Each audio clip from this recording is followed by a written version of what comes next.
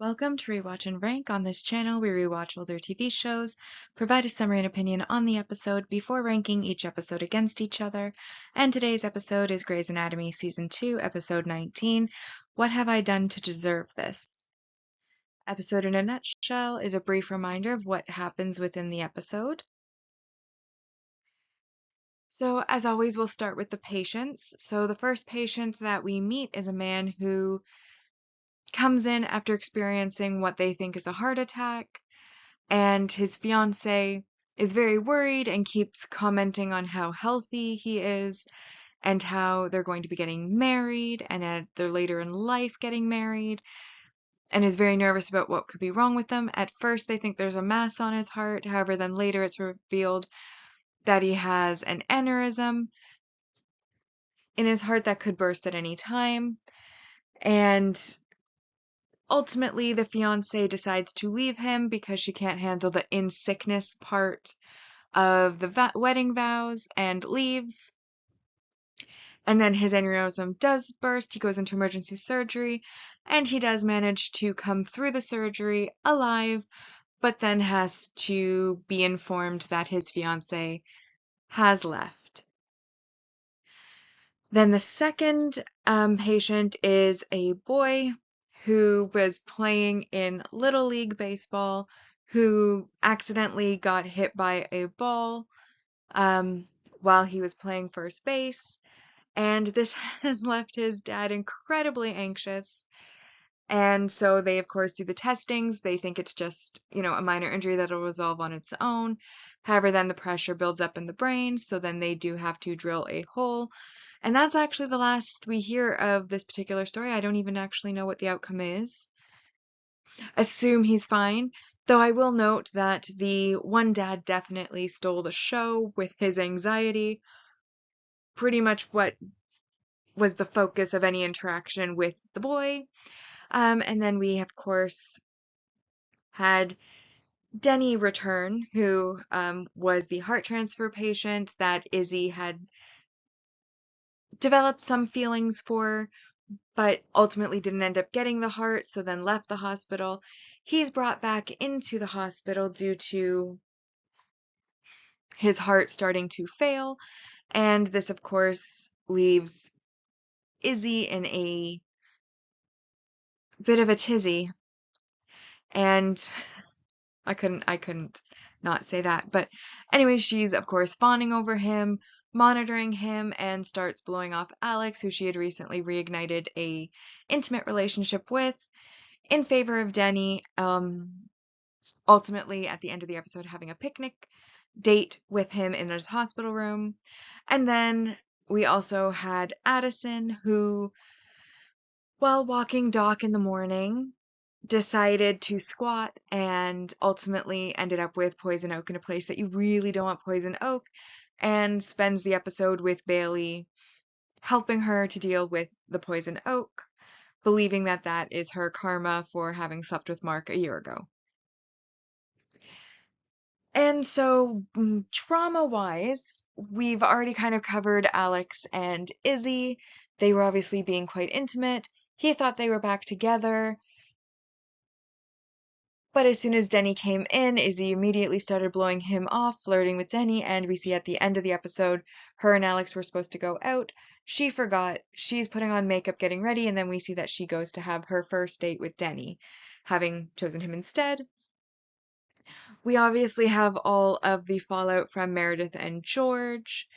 George angry, Meredith guilty. We then, near the end of the episode, get a flashback to what happened, and Meredith ended up crying during the intimate activities that they engaged in. And when George at the end of the episode confronts her and asks her why, she says she didn't know that she didn't want to. She thought maybe because he was so nice and saying nice things, but once it was actually happening, she realized that it definitely wasn't what she wanted. And she does not apologize, which, given that they were friends first, I think she probably should have, but instead asks if they can go back to how things were, and he says no. He moves out, ends up getting a couch in Burke and Christina's apartment. Also, while the drama is going on, Alex guesses what happened. He thinks Meredith told him and that Meredith was telling anyone, so he goes yelling it in the hallways. So now everybody knows. And he does ultimately end up falling down the stairs, dislocating his shoulder, which is where we get Callie Torres's introduction, who will become a main character in the series, fixing his dislocated shoulder, and also at the end of the episode, offering him her number to call him when he gets back in town after noticing his suitcase and asking if he's going on a trip, and him saying sort of. Um,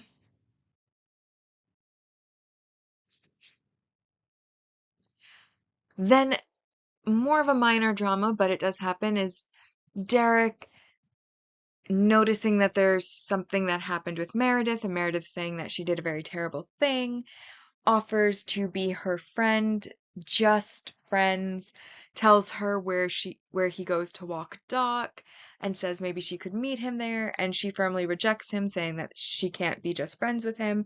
But by the end of the episode, because of the fallout with George, her friends sort of take the weaker person's side, which they believe to be George, and so she then does show up at the trail where he walks dock and decides to be just friends.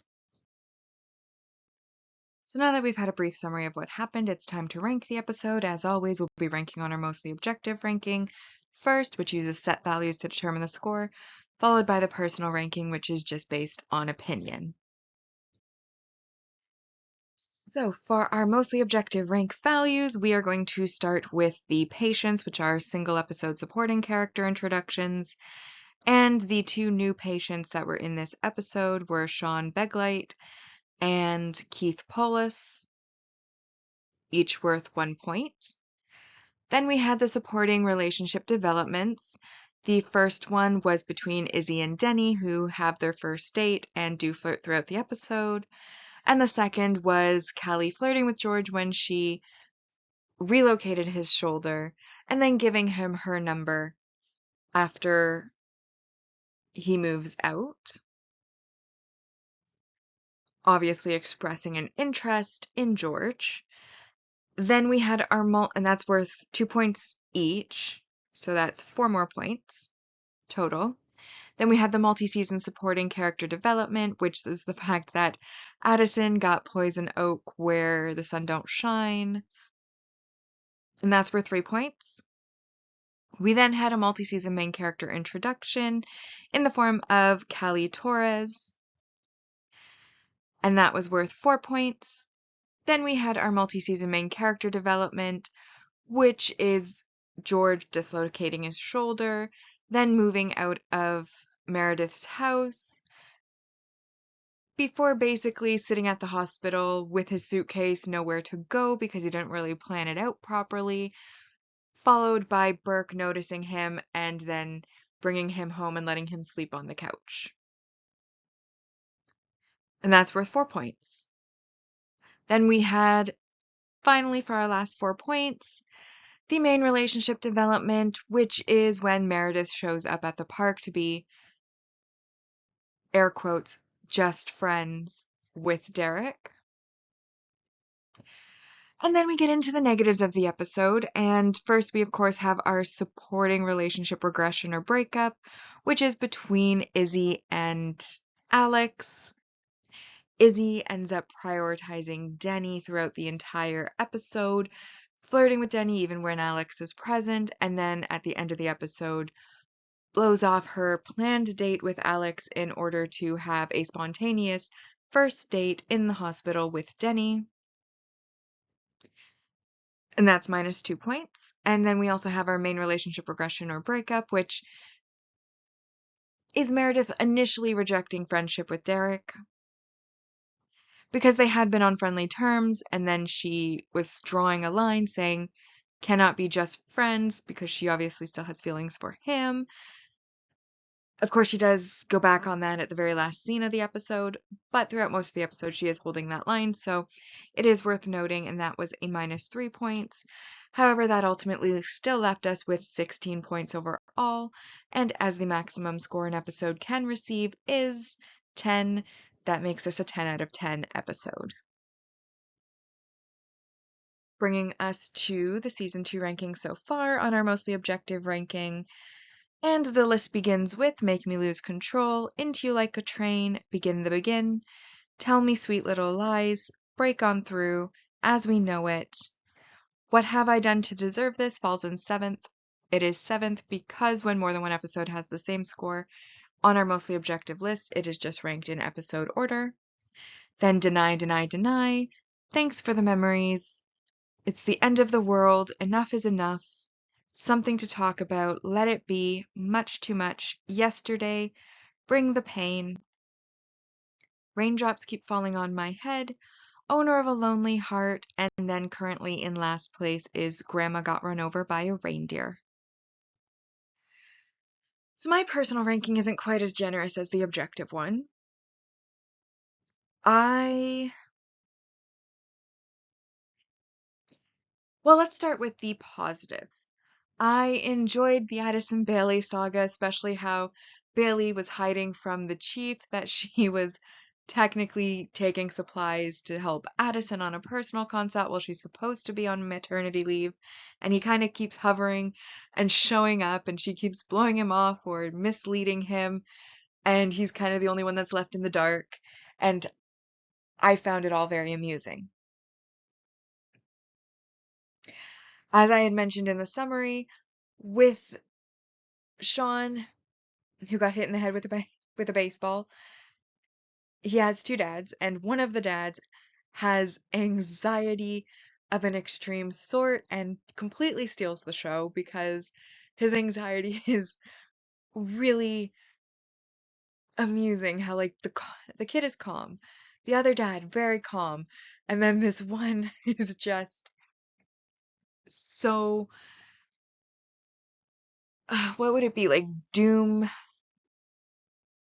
expectations of doom, negative thinking, expecting the worst or imagining the worst. And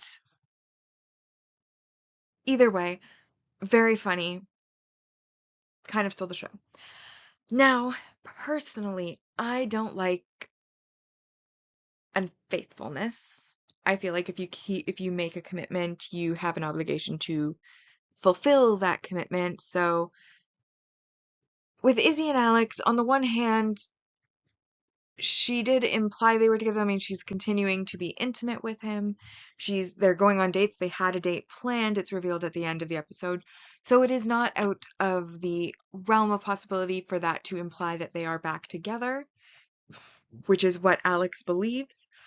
But they didn't properly communicate with each other, and obviously they have different ideas or on different pages. So I feel like that's mutual kind of responsibility. I don't necessarily know that that's unfaithful if they haven't had an exclusivity conversation yet.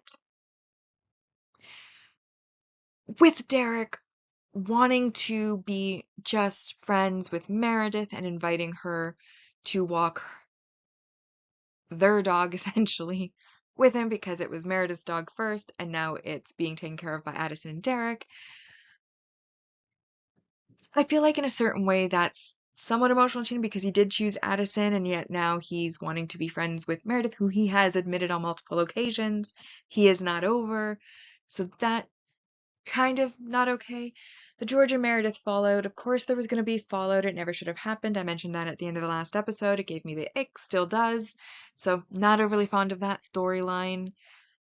The fiance choosing to become engaged to someone that they supposedly loved, which part of the vows are in sickness and in health, deciding to walk out on someone she's not even sure is going to die before a major surgery is incredibly crappy. And they try to soften the blow by her saying, I'm not strong enough for this. I don't like that I'm not strong enough for this. I just know that I'm not, to like try to gain her sympathy. But in my personal opinion, she wasn't worth that. I did not enjoy that at all.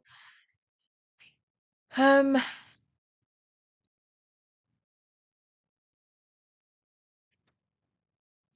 George, I just don't think he has any appeal whatsoever.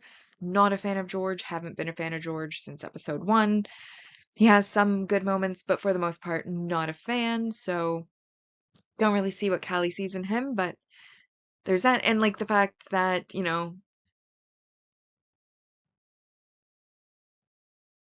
he moves out without any sort of plan. It's like, I get that you're hurt and such, but make plans to move out. Don't just move.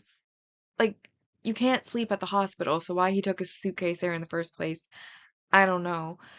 But additionally, like, he can't live there. And he has no other plans, and he ends up on Brooke and Christina's couch. But ultimately, just, I didn't like that fallout either. Addison is waiting for Derek to be angry about Mark showing up and yelling at her, but he has no interest in that because honestly, he doesn't really. He's just trying to keep the commitment that he made years ago, which I can admire, but still wasn't that great. Christina didn't really have any drama or a large role in this episode.